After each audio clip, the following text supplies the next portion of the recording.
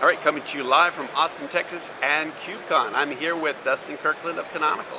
Dustin, always a pleasure. How are you? Barton, doing well. In our hometown, right? Yeah, it's nice to be here for a while. So tell me about what is it you're doing these days at Canonical? You've gotten bigger and bigger responsibilities. I'm leading the product team. It's something I'm super passionate about. It's a real privilege and honor to help set the direction, help respond to customer requests, and work with the engineering, sales, and marketing teams around Ubuntu, the project, and Ubuntu Advantage, the product. So very cool. So we talked about, just before we did this, product-wise, IoT, big area for you all. What can you tell us about that? Sure. Connected devices. I mean, I think we've now seen these come into our lives. Think about how many things are connected to your home network, your home internet connection. Our role, the responsibility that we play in that, I think, is in helping secure those devices. So we produce Ubuntu tailored specifically for IoT devices, and we're working with all sorts of manufacturers of both consumer and industrial makers of these devices, Dell included. We've worked very closely with the Dell IoT Gateway team on producing an Ubuntu image for that gateway. There's a certain, I think we take it as a certain social responsibility to help secure the Internet of Things, and by putting Ubuntu onto those devices and providing updates for Ubuntu throughout the entire lifetime of that device, I think we're helping create a more secure internet, especially if you look at how many devices in your house that maybe you continue to rely on, but that device has long since stopped receiving security updates. Any of those could be used as a vector of attack, and we're talking about microphones and cameras, in your daily lives around your house in places you don't even think much about. We're putting Ubuntu on those devices and guaranteeing the security of those devices for a very long time. Cool. And so another thing we were talking about is the recent news with Rancher, and we're at Kubecon, so I'd be remiss if I didn't bring that up. Yeah, that's good. Thank you. We have a great relationship with Rancher Labs. Rancher Labs is a company committed to open source. They've built a product called Rancher, which sits on top of Kubernetes.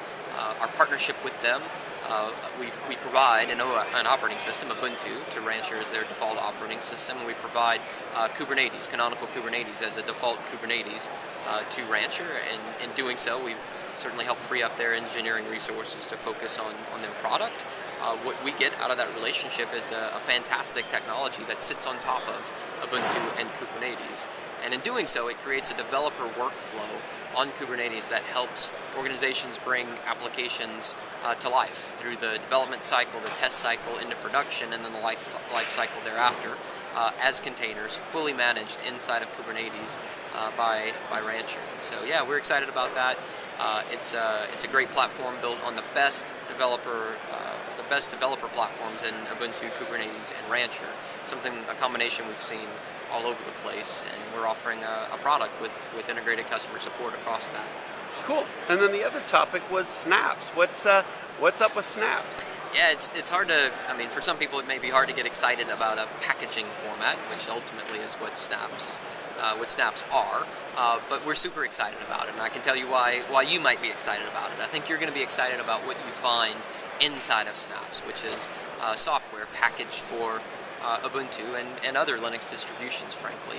There's a number of things that we've solved, problems that we've solved around packaging that we've never really had a good answer for in previous iterations of the software packaging implementation. One of the most important ones that I think you'll enjoy or appreciate is the ability to take those applications, newer versions of those applications, and easily run them on older versions of Ubuntu. So, if you're like me and you're running latest and greatest, Ubuntu 18.04, you've got latest and greatest applications. But if you've adopted an Ubuntu 16.04 or 14.04, some years ago, and you haven't moved off of that because it's stable and it's secure and it's good enough for you, sometimes you need later, newer versions of Firefox, of Skype, of any one of a number of open source packages.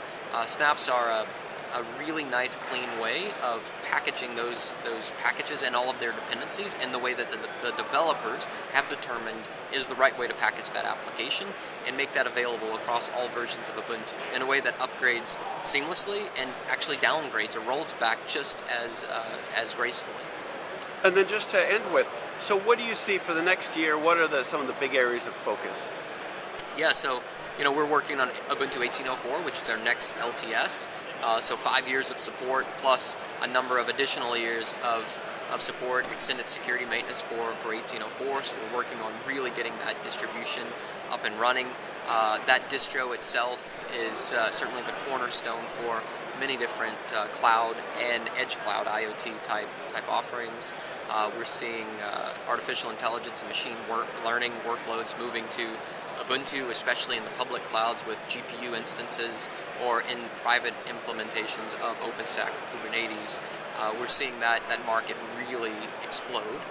The connection between edge devices and clouds is a connection that we've done a lot of work on in Ubuntu to make very, very seamless and connected. There's so much interesting happening in this industry right now. Very cool. Dustin Kirkland, thank you so much. Thanks, Barton.